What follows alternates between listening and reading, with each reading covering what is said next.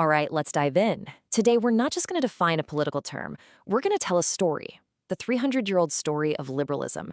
And really, it's a story about a passionate, ongoing argument over what freedom truly means. So, you've heard the big ideas, right? Individual freedom, limited government, free markets. But what's the glue that holds them all together? That's the core question here. And as we're about to see, the answer has changed a lot over time. So, to really get this, we've got to go back, way back. Our story starts before the idea of liberalism even had a name, in a time when some massive shifts in how people thought were laying all the groundwork. Think of it like a series of intellectual earthquakes that shook Europe for centuries.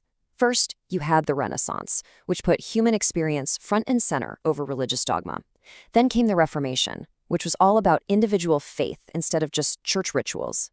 And finally, the Enlightenment, which championed reason over superstition. You see the pattern? Each one, in its own way, put this radical new focus on the individual and their ability to think for themselves. This was the perfect soil for an ideal like liberalism to take root. Okay, so all that sets the stage for Act 1 in our story. Classical liberalism. This was the original, you could even say revolutionary, version of the idea. And it was obsessed with one thing, the individual. The big idea at the heart of it all was something called egoistic individualism. It's the belief that, deep down, we're all rational, self-interested, and pretty self-reliant. So from this point of view, society isn't some big organic thing. Nope, it's just a collection of separate individuals, like atoms really, all bumping around chasing their own dreams. And if you believe that people are fundamentally self-reliant, well, what do you even need a government for? Thomas Paine had a famous answer for that. He called it a necessary evil. Yeah, you need it for some basic law and order. But it's evil because it always threatens to crush individual liberty under some collective will. The philosopher John Locke gave us the perfect metaphor for this. He said the state should be like a night watchman. Its only job is to protect your property, make sure people honor their contracts, and defend the country from attack. That's it. Anything more was seen as a huge overreach. But, it turns out that this night watchman state, combined with totally free markets, created a whole new set of problems. And this is what leads us to Act 2 in our story, the rise of a completely different way of thinking called positive liberalism. So here was the issue. In the real world, just leaving everyone alone didn't actually lead to freedom for everybody. The Industrial Revolution created unbelievable wealth, sure, but it also created just gut-wrenching poverty. The freedom of the factory owners to do whatever he wanted often meant total misery for his workers. Now, this is where things get really interesting, because it sparked a whole new debate. The classical liberals were all about negative liberty, basically freedom from people messing with you. But a new wave of thinkers started talking about positive liberty. They argued that real freedom is the freedom to actually achieve your potential. I mean, what good is the freedom to get an education if you can't possibly afford it? And the philosopher T.H. Green, he just nailed this new definition of liberty.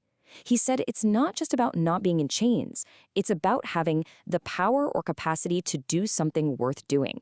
Real freedom needs you to have resources and skills and opportunities, not just a lack of rules holding you back. And just like that, the whole view of the state flips on its head. It's no longer this necessary evil. Suddenly, it's seen as a positive tool, something that can actively help people live a good life by providing things like education, healthcare, and a basic social safety net. But, as you might have guessed, this story is like a giant pendulum. And by the middle of the 20th century, it started to swing all the way back. A lot of people felt the state had gotten way too big, and this led to a powerful counter-revolution, neoliberalism, which put all its faith back in the market. The argument went something like this. That big, helpful welfare state, it's actually turned into a nanny state. Critics said it was killing individual drive, making people dependent on the government, and racking up huge amounts of debt. So a new mantra took over. The goal was to roll back the state by privatizing industries, cutting regulations, and slashing taxes. It was paired with what some people call market fundamentalism, this deep, almost religious belief that the free market is the best, fairest way to run a society. And if there's one person who became the voice of this counter-revolution, it was the economist F.A. Hayek. He wrote this incredibly influential book with a very chilling warning. Any kind of government planning, no matter how good the intentions, is a slippery slope. It is, in his words, the road to serfdom. Now, Hayek's case was really clever. First, he talked about the knowledge problem. Basically, no group of government planners could ever know enough to manage a huge, complex economy. Second, he argued that social justice is a mirage, a nice-sounding idea the state uses to grab more power. So what's the alternative? The market. He saw as this giant, amazing central nervous system that processes billions of bits of information automatically, coordinating everything way better than any bureaucrat ever could. And this is where Hayek's logic leads to a pretty shocking conclusion. He basically argued that progressive taxation, taxing the rich at higher rates to pay for social programs, is a form of bonded labor.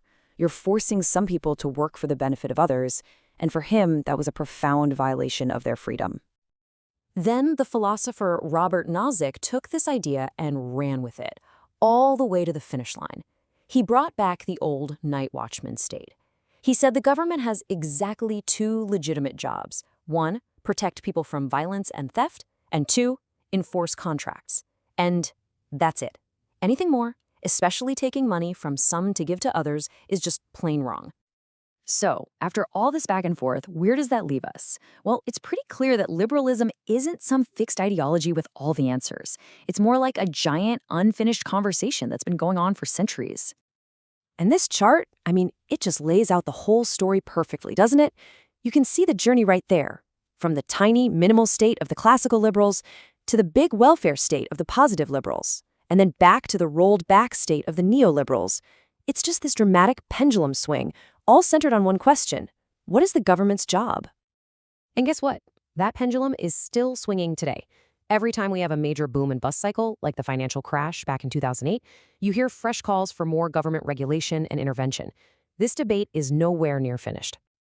So when you boil it all down, liberalism is really this 300-year-old argument about finding the right balance between three powerful forces: the individual, the state, and the market. We've seen three major acts in this story, each one a reaction to the last. The big question for all of us now is, what's Act 4 going to look like?